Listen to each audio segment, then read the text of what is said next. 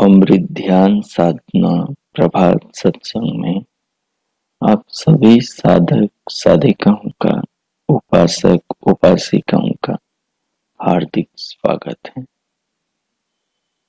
आइए पूर्व की भांति आज के ब्रह्म मुहूर्त में, आज के ब्रह्म वेला में भी पुनः हम उस महान प्रभु सर्वशक्तिमान निराकार निर्विकार सर्वाधार परमात्मा प्रभु सच्चिदानंद भगवान के अनंत गुणों का गान करते हुए उनकी अनंत कृपाओं का जीवन में, जगत में, संसार में, शरीर में अनुभव करते हुए भगवान का मंगल गान करें। भगवान की कृपाओं का एहसास अनुभव करते हुए प्रभु के प्रति अपने हृदय आत्मा के आदर सत्कार श्रद्धा के भावों का अर्पण करें।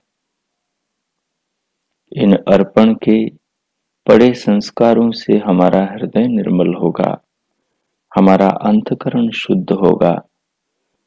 हमारे जीवन में इन संस्कारों से बनने वाले जो भाव हैं वो नए, नूतन, श्रेष्ठ, उत्तम वैदिक कर्मों का, कार्यों का, कृत्यों का सृजन करेंगे। अतः आइए उस महान प्रभु की दिव्य अनुकंपाओं का ध्यान में बैठकर, आसन में स्थित होकर अनुभव करें। उसके लिए कोई भी अनुकूल आसन लगाइए जिसमें आप स्थिर होकर ध्यान पर्यंत सुखपूर्वक बैठ सके।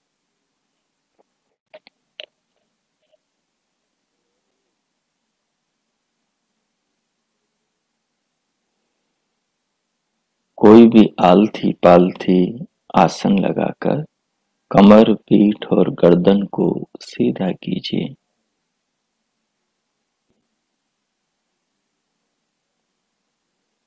तदुपरांत नेत्रों को कोमलता से, मधुरता से बंद कर लीजिए। दोनों हथेलियों को गोद में रख लीजिए। बाईं के ऊपर दाईं, योगियों की तरह, तपस्वियों की तरह अपनी देहाकृति को बना लीजिए।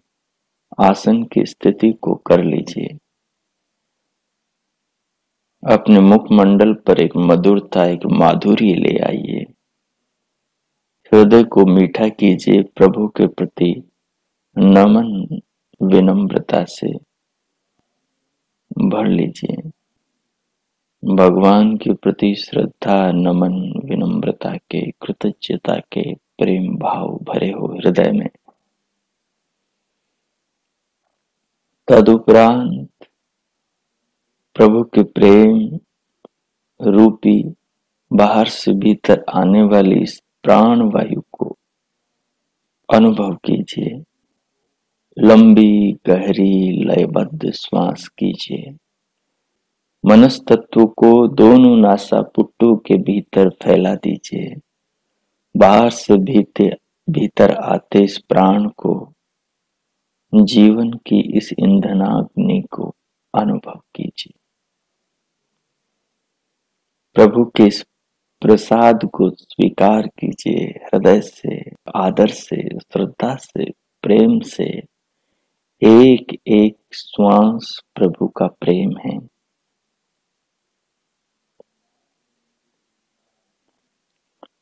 उनकी कृपा है, उनकी अनुकंपा है, उनका स्नेह है।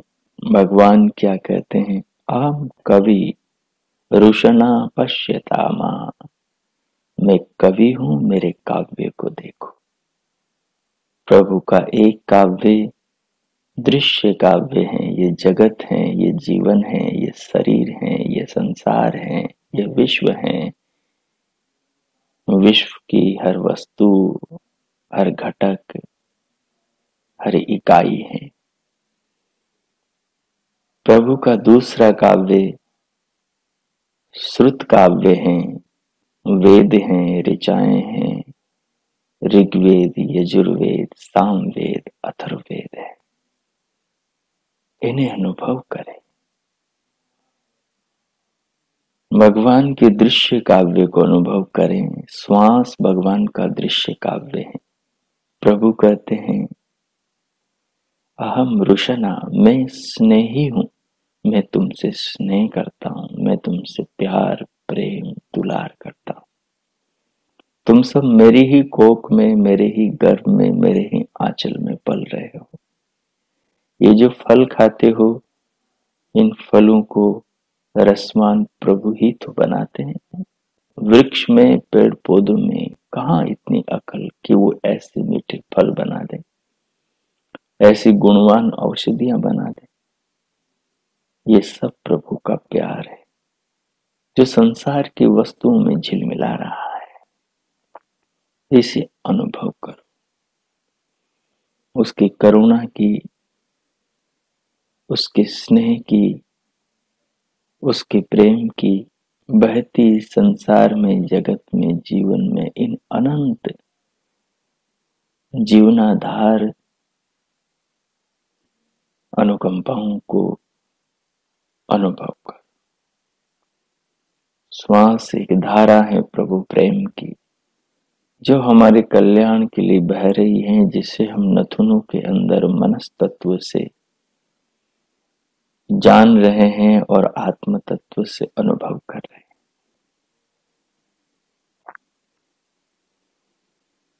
श्वास के सहारे शरीर को अनुभव करो। मस्तिष्क से लेकर पांव तक, तलुओं तक के देह को अनुभव करो। इस देह के अंग प्रत्यंगों को अनुभव करो। ये जो जगत को दिखाने वाले दो चांद सूरज, ये चक्षु, ये नेत्र इंद्रियां हैं, इन्हें अनुभव करो। इन्होंने सारे जीवन को प्रकाशमान कर रखा है। रोज सुबह उठते ही, नेत्र खुलते ही देखो, पौ फटते ही, सुबह सुबह प्रभात को भगवान भुवन भास्कर चले आते हैं और अपनी प्रभा को, उषा को चहुं दिशाओं में संपूर्ण धरा पर फैला देते हैं। नूतन प्रभात की मृदु रश्मियां, रवि रश्मियां साधक पर, उपासक पर भगवान की प्रार्थना करते हुए, स्तुति वंदना करते हुए पर जब गिरती हैं, जब उसे स्नान कराती हैं, ऐसा लगता है जैसे प्रभु प्रेम की रश्मियां इस शरीर को नूतन कर रही हो, उसके दोषों को, उसके विकारों को नष्ट कर रही। चांदनी रात में जब चंद्रमा अपनी रश्मियों से पूरे जगत को रसवान बना रहा होता है, वो क्षण कितने मधुर होते हैं, वो क्षण कितने आनंदित होते हैं।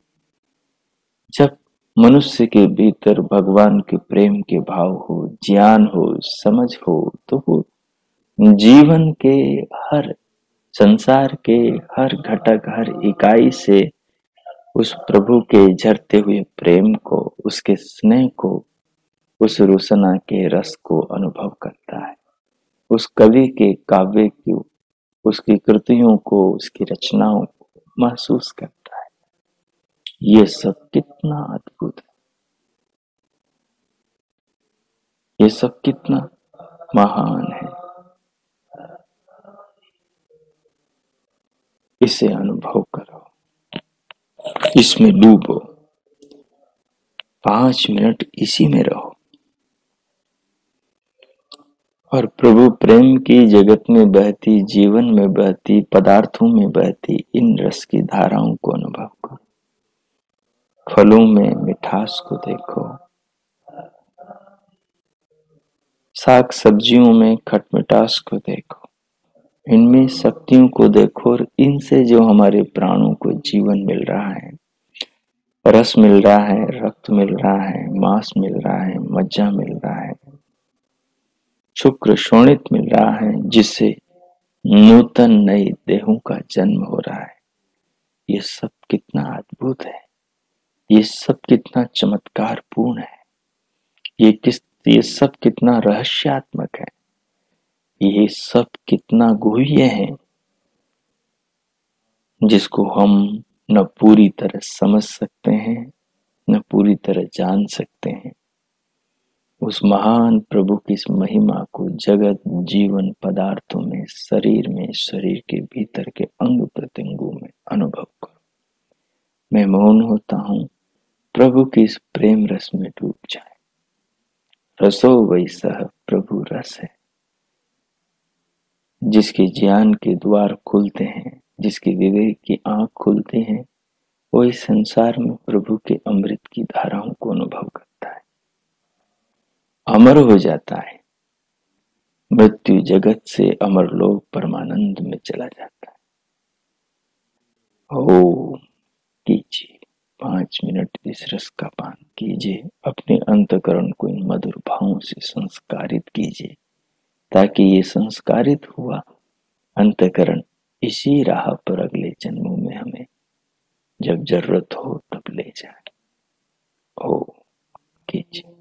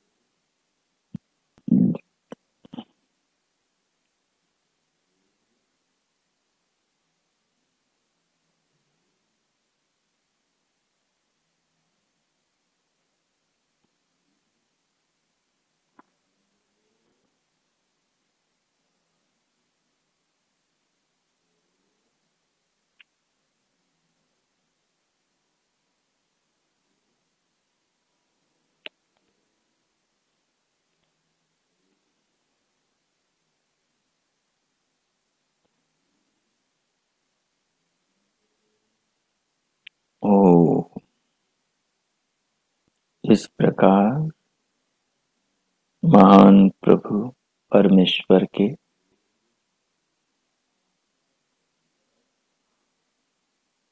संसार और शरीर में, जगत और जीवन में अमृत रसों का भगवान की रचनाओं में अनुभव करते हुए जो हमारे जीवन का आधार है, जिनसे हमें जीवन मिल रहा है, प्रतिपल मिल रहा है, उस महान प्रभु की कृपाओं का जीवन में अनुभव करते हुए और अनुभव के संस्कारों से अपने अंतःकरण को संस्कारित करते हुए अब थोड़ी देर दिव्यनाद को सुने, दिव्य प्रकाश को देखें और प्रभु नाम का मानसिक जप करें। जप करते हुए दिव्यनाद, दिव्य प्रकाश को सुनते देखते हुए शरीर को अनुभव करें। श्वास पर से मन को हटा दें। शरीर को अनुभव करें और मानसिक प्रभु नाम के, ओम नाम के जप करें। जप करते समय जप के भाव को अपने भीतर बनाए रखें। भाव में क्या रहेगा कि प्रभु मेरी रक्षा कर रहे हैं, मतलब मेरे शरीर की, मेरे जीवन की रक्षा कर रहे हैं। श्वास से कर रहे हैं, नेत्रों से कर रहे हैं, श्रोत्रों से कर रहे हैं, शरीर के भीतर की सारी शक्तियों से कर रहे हैं। मैं भगवान की कृपाओं का साक्षात अनुभव कर रहा हूं। श्रोत्रों के रूप में, चक्षुओं के रूप में, रसना के रूप में, घ्राण के रूप में, स्पर्श इंद्रिय, त्वचा के रूप में,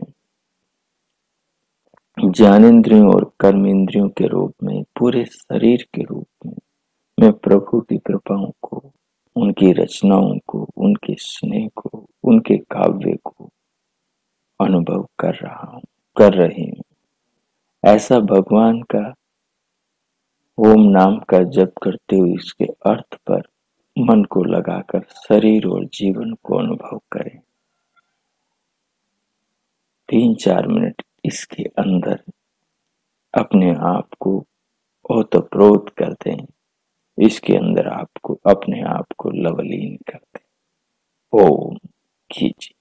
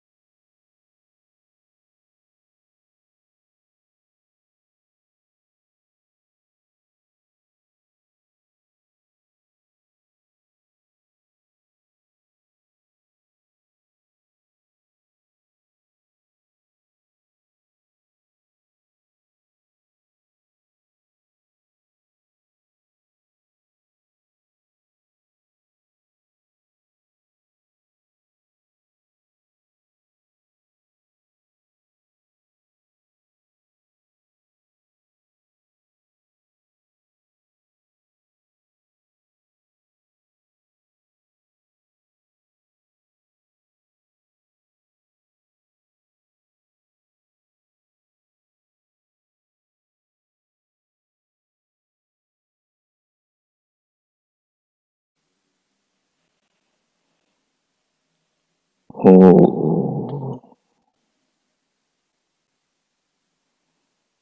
ओ इस प्रकार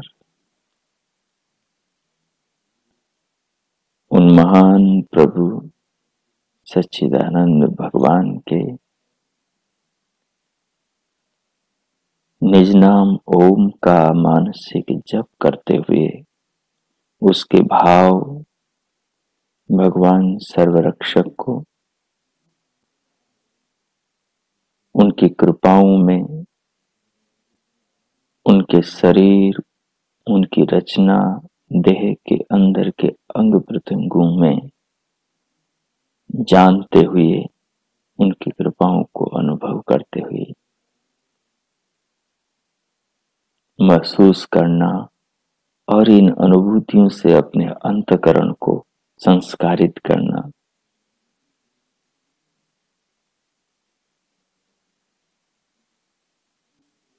इन संस्कारों से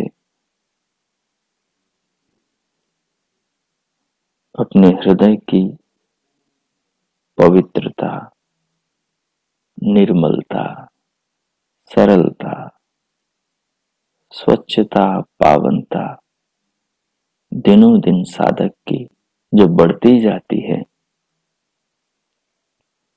और इन्हीं भावों के संस्कार निरंतर जो बढ़ते जाते हैं तो विचार भाव भी फिर इसी प्रकार के वृत्तियों के अंदर विचारों में उठ उठ के आते हैं और आत्मा को वे विचार, वे भाव जो भगवान के ज्ञान, विज्ञान, उनकी कृपाओं, उनके दृश्य काव्य और श्रुत काव्य से संबंधित होते हैं, वे आत्मा को उसी दिशा पर ले जाते हैं,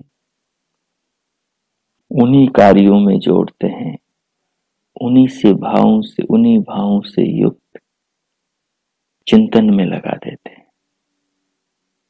और फिर साधक का जीवन, उपासिका का जीवन अध्यात्ममय हो जाता है, प्रभुमय हो जाता है। इसी का नाम ईश्वर प्रणिधान है, इसी का नाम भक्ति विशेष है।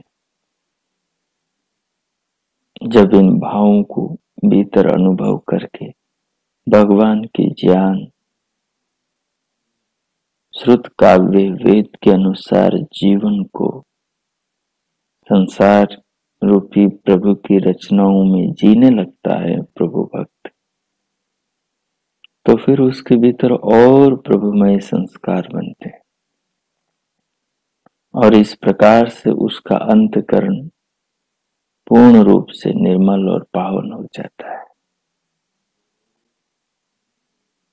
और फिर वो अध्यात्म की परम यात्रा, परम मंगल, कल्याणों की मूल और समस्त सद्कर्मों के, निष्काम कर्मों के विराट फल मोक्ष परमानंद की ओर बढ़ जाता है। हम अपने अंतःकरण को प्रभु भावों से पावन कर रहे हैं, अपने चित्त को संस्कारित कर रहे हैं। आइए इस प्रकार अपने अंतर जगत का आध्यात्मिक रूपांतरण करते हुए अब हम बाह्य जीवन को जीने की जो कला प्रभु ने हमें दी है और हमारे पूर्वज ऋषि ऋषिकाओं ने जिस सुपथ पर चलकर अपने जीवन को महान आदर्श बनाया है, हम भी जीवन की उस पगडंडी के स्वरूप को समझें जो अनासक्त योग की मोक्ष पगडंडी है।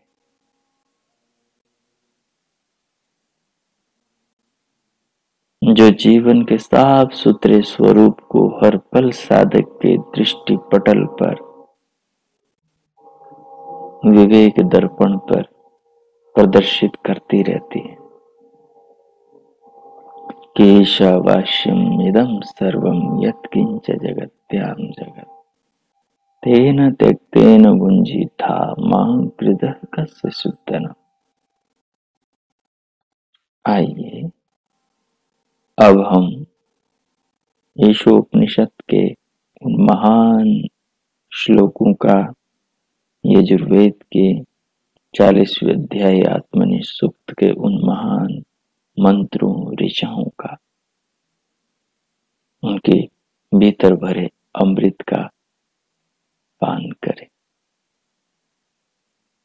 भगवान का धन्यवाद, उनके प्रति अपने हृदय में नमन कृतज्ञता अनुभव करते हुए दोनों हथेलियों को परस्पर घर्षण करें। उष्ण उष्ण हथेलियों से पूरे मुखमंडल का स्पर्श करें। जीवन जगत में व्याप्त प्रभु को नमन करें। उंगलियों के मध्य से फिर पलकें खोलें और भीतर से बाहर स्क्रीन की तरफ देखें।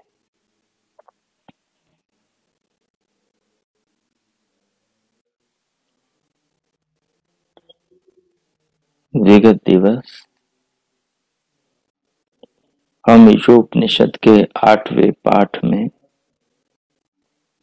समझ रहे थे संभूति और असंभूति को। हमने पढ़ा, हमने समझा कि जो लोग संभूति की उपासना करते हैं, अर्थात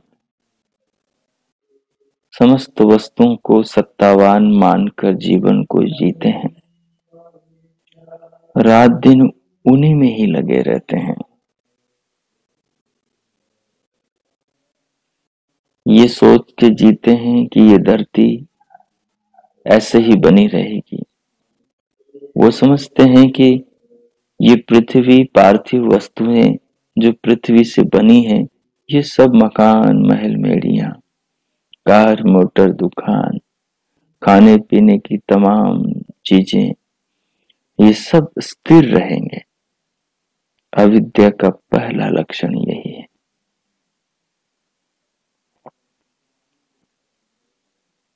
अनित्या सूची, जो व्यक्ति अनित्य में नित्य की भावना करता है, वो अविद्या का पहला लक्षण है। अनित्या सूची दुखा अनात्म सुनित्य सूची सुखात्म ख्याति अविद्या।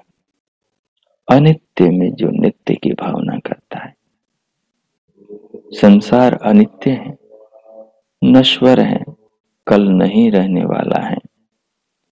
हर क्षण सब कुछ संसार का बदल रहा है, सब कुछ परिवर्तित हो रहा है, सब कुछ बदल रहा है।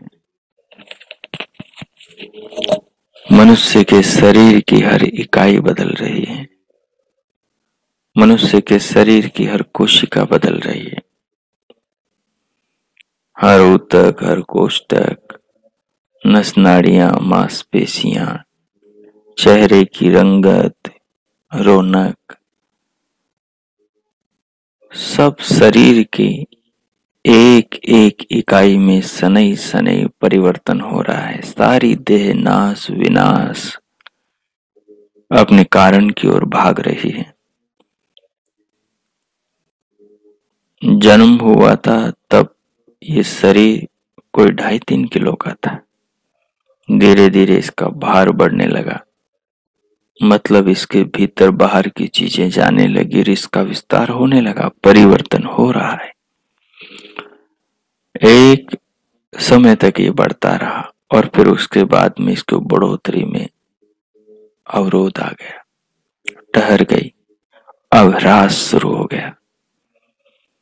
शुरुआत में बढ़ रहा था, अब धीरे धीरे शरीर की सारी शक्तियां, सारे शरीर के पुर्जे कमजोर पड़ने लगे।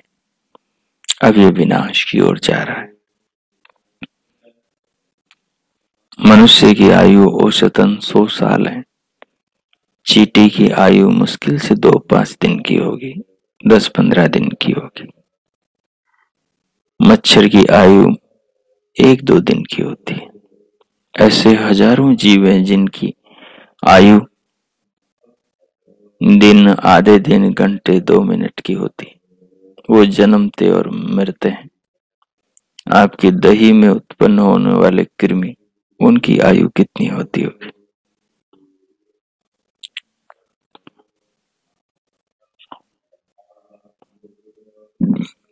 संसार सब परिवर्तनशील है। यहाँ की सब चीजें बदल रही हैं। सूर्य जहां उदय होता है वहां से धीरे धीरे खिसकता जाता है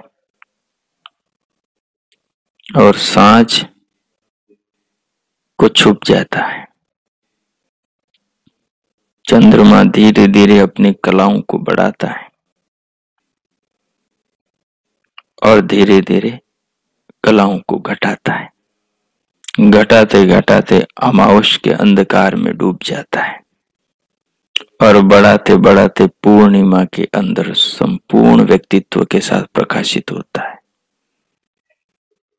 उदय और अस्त संसार का नियम है। आना और जाना, बनना और बिगड़ना वस्तुओं का स्वभाव है। उसे कोई बदल नहीं सकता। अज्ञानी मनुष्य उन्हें स्थिर समझता है। ये अज्ञानी उसकी अविद्या है जिसने उसे ग्रस्त रखा है। वो समझता है ये चांद तारे ऐसे ही झिलमिलाते रहेंगे। संसार में टमटमाने वाली हर चीज झिलमिलाती रहेगी। वो समझता है पृथ्वी के पार्थिव वस्तुएं सब ऐसे ही ये पदार्थ रहेंगे।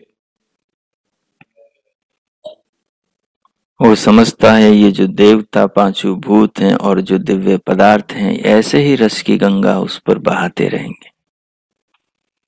आज जो खाने में मीठे मधुर लगते हैं कल यही कड़वे लगने लगेंगे। आदमी बीमार होता है तो उसकी जीभ स्वाद बदल देती। अब अमृत भी जहर लगने लगता है। शरीर नश्वर, परिवर्तनशील, सब वस्तुएं इसके निर्माता का परिचय दे रही हैं कि हमें कैसा बनाया गया है। इसलिए हमारी रौनकता में, हमारे आकर्षण में तुम चिपको नहीं। हमें देखो, विधाता का धन्यवाद करो, उसकी महिमा का बखान करो, जो इतनी अद्भुत चीजें बना सकता है और जो उनके अंदर ऐसी कमी को भी बना सकता है कि वो आकर्षित भी है और हमेशा रहती भी नहीं है।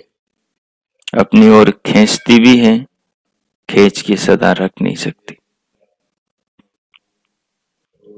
ऐसी अद्भुत ज्ञान, कला, प्रतिभा से संपन्न भगवान जिसने जगत को बनाया है,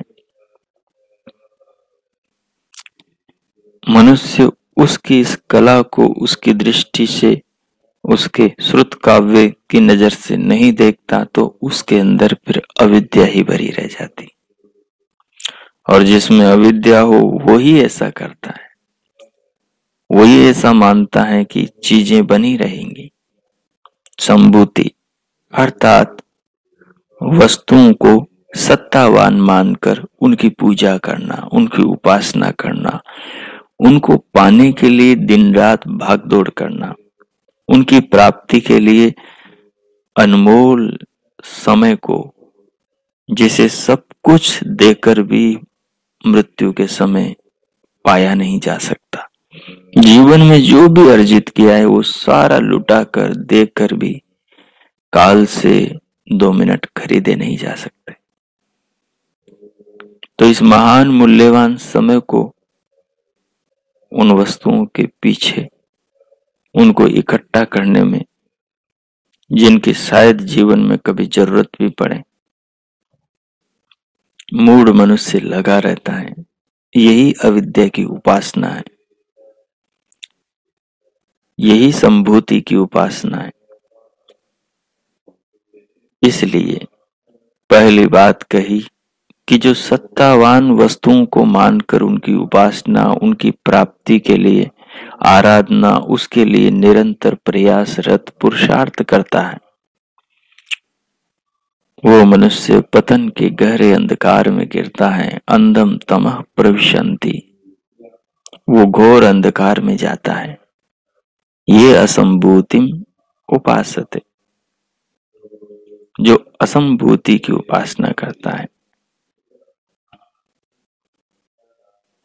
असंभूति क्या है? पदार्थों को नित्य मानना असंभूति है। पदार्थों को नित्य मानना, अनित्य मानना असंभूति है।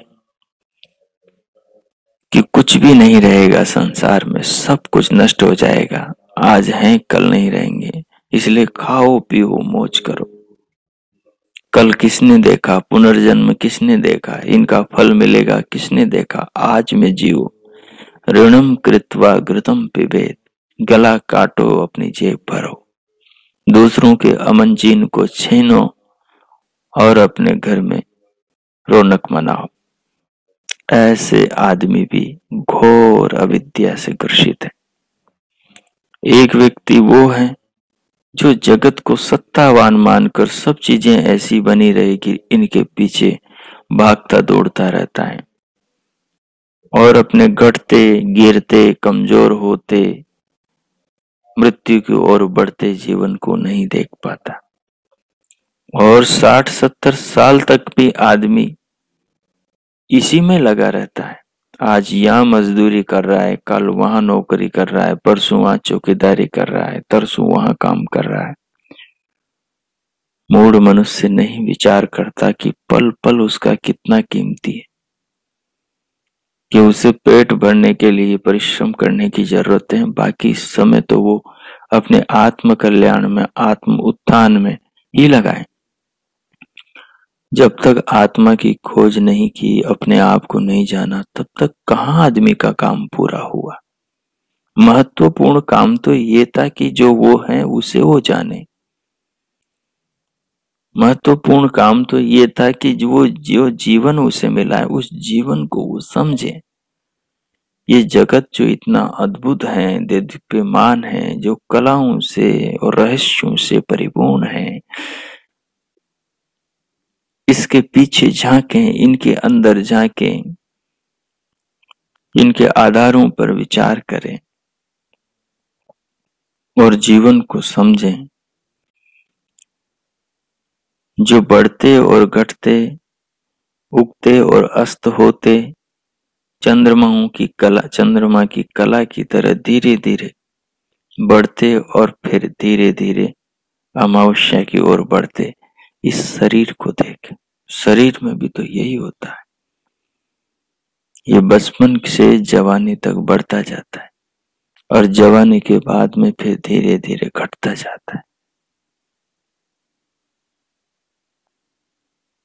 मनुष्य इस भगवान के उपदेश को क्यों नहीं समझता कि हर रात चंद्रमा यही उपदेश देता है और हर दिन सूर्य यही उपदेश देता है कि जिसको आना है, जिसको उगना है, उसको अस्त तो होना ही है। आपने देखा होगा सुबह प्रभात को जब सूर्य उदित होता है, भुवन भास्कर जब आता है तो चिड़ियाएं चहचहाती हैं, कोयलें कुहकुहाती हैं, मयूर नृत्य करते हैं, गीत गाते हैं, पिकाक पिकाक तितलियां कलियां खिलती हैं, फूल बनती हैं, मुस्कुराती हैं, सुगंध बिखेरती हैं, तितलियां जाती हैं, उन पर नाचती हैं, भौरे उनके मधुर रस का पान करके भरभराते हैं। सारे पंछी गीत गाते हैं, नदियों में, तालाबों में, तटों पर जाकर नहाते हैं, पंख फड़फड़ाते हैं। देखा आपने ये सब?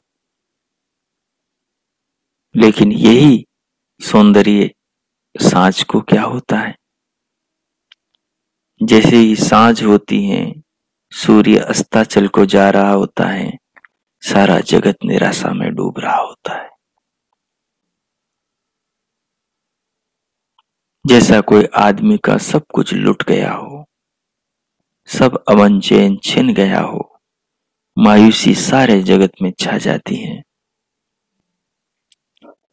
सारे जगत में मायूसी छा जाती है। कारण जो आया है उसे जाना है। जीवन बड़ा परिवर्तनशील है। हर पल संसार की वस्तुएं हमें उपदेश दे रही है, जगा रही है कि जागो। जो आया है उसे जाना है, जो बना है उसे मिटना है, जो उदित हुआ है उसे अस्त होना है।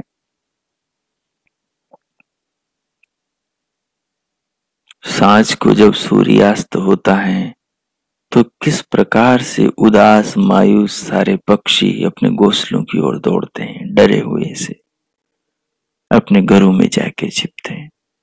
सुबह जब सूरज आता है तो सब घर के बाहर निकलकर खुशियां मनाते हैं। ये सबके साथ में होता है, इसलिए इस बात को समझें, चंद्रमा की कलाओं के उपदेश को समझें।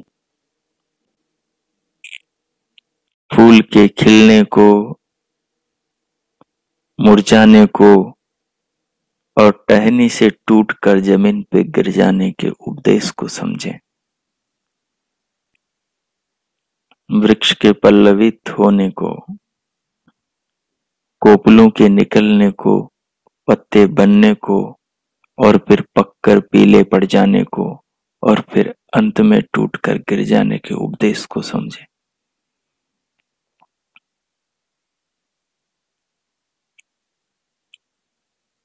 नए नूतन आहार से रस के बनने को, रस से रक्त के बनने को, रक्त से मांस मज्जा अस्थि मेद करके शुक्र शोणित बनने को और उसके शरीर में समाने को, कोशिकाओं के रूप में रूपांतरित होने को और एक दिन बुरबुरा होकर चमड़ी सूख कर उन कोशिका कणों के शरीर से झड़ जाने को समझे।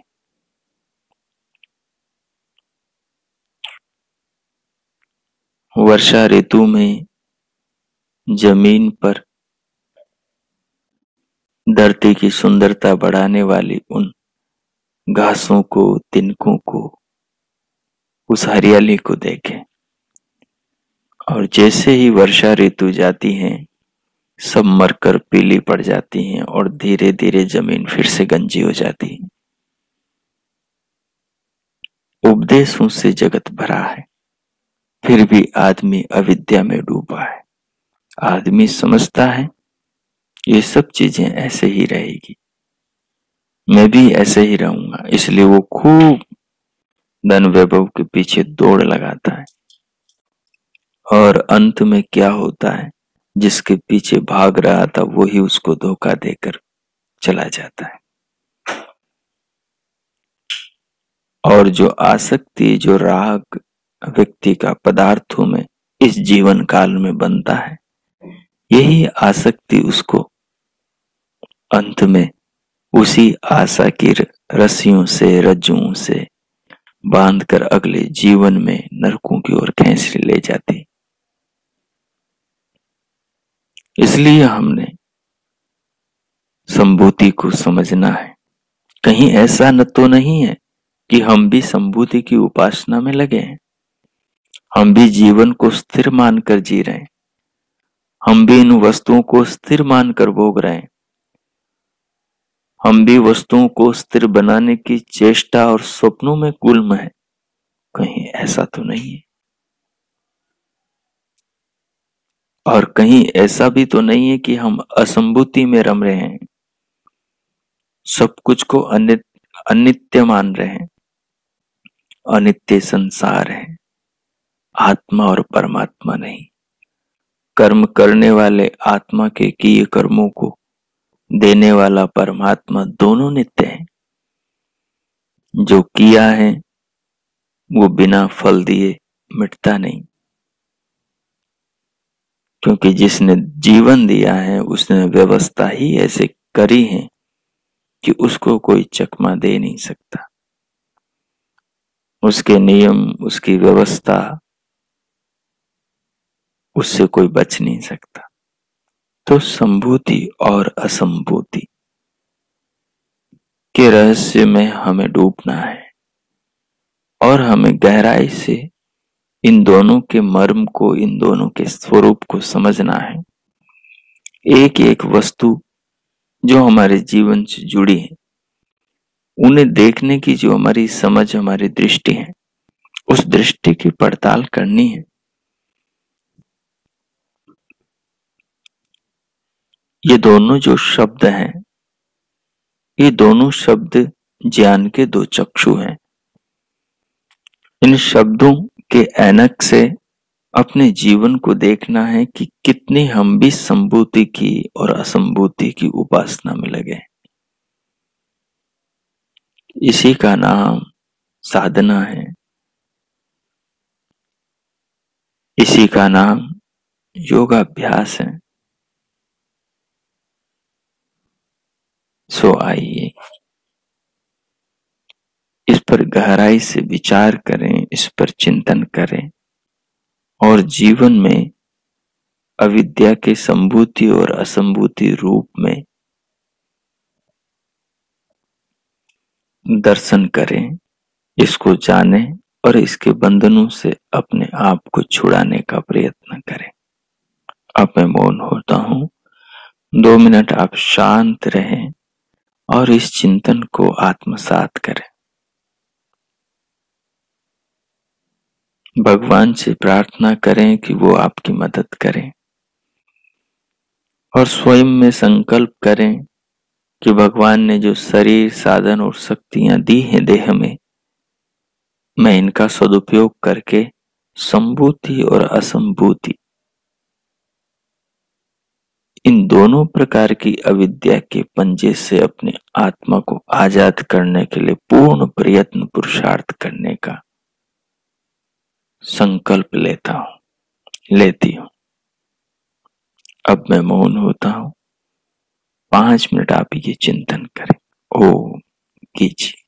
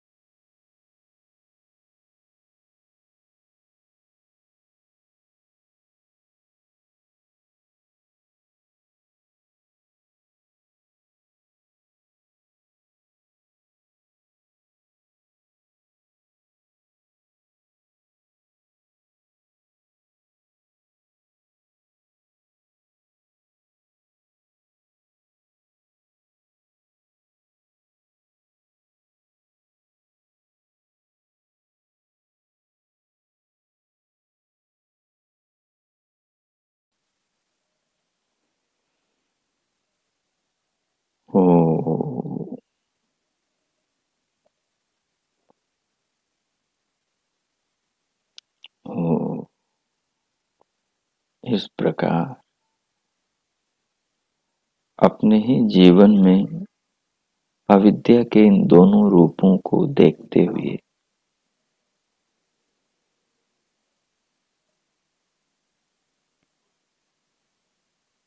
संकल्प करें,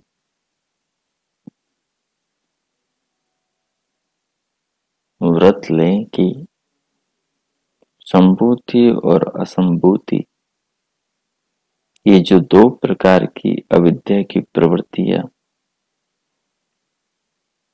व्यक्ति के हमारे स्वभाव में बैठी हुई है, इन दोनों से अपने आप को हमें ऊपर उठाना है। पहले इसे जीवन में झांक कर जानना है, इनके व्यवहारिक रूप को समझना है अपने कार्यकलापों में, और फिर इनसे ऊपर उठने का प्रयत्न करना है।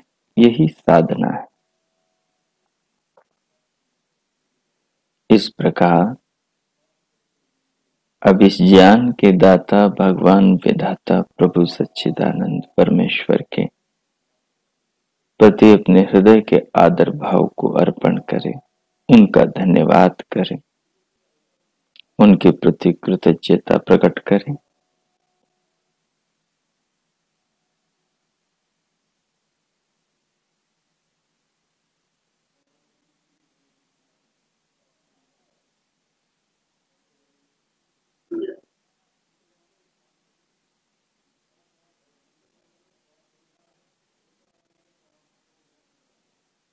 इस प्रकार मानसिक रूप से प्रभु के प्रति आभार कृतज्ञता अर्पण करते हुए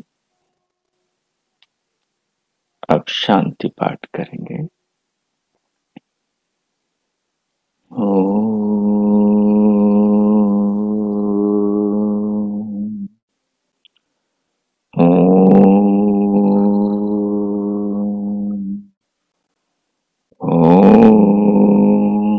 शांति शांति शांति हो।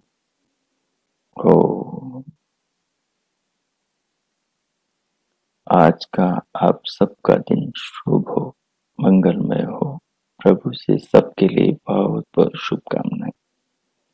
हम जीवन के अंदर भगवान के ज्ञान, इन ऋचाओं में, श्लोकों में, उपनिषदों की बहती ज्ञान रश्मियों के प्रकाश में अपने जीवन में छाई अज्ञान की कालिमा को नष्ट करें, जीवन को आध्यात्मिक ज्ञान की रश्मियों से प्रकाशित करें,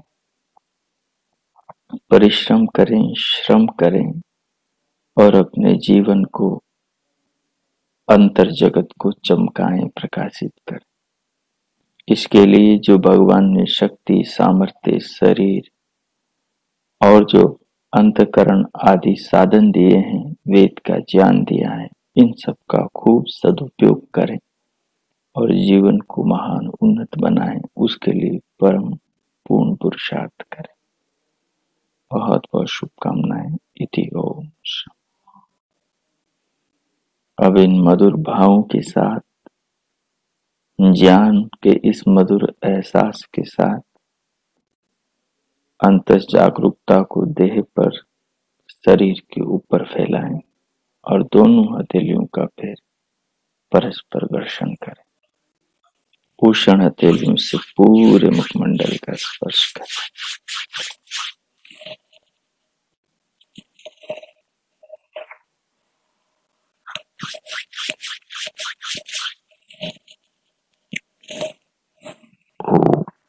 उंगलियों के मध्य से पलकें खोलते हुए भीतर से बाहर आ जाएं।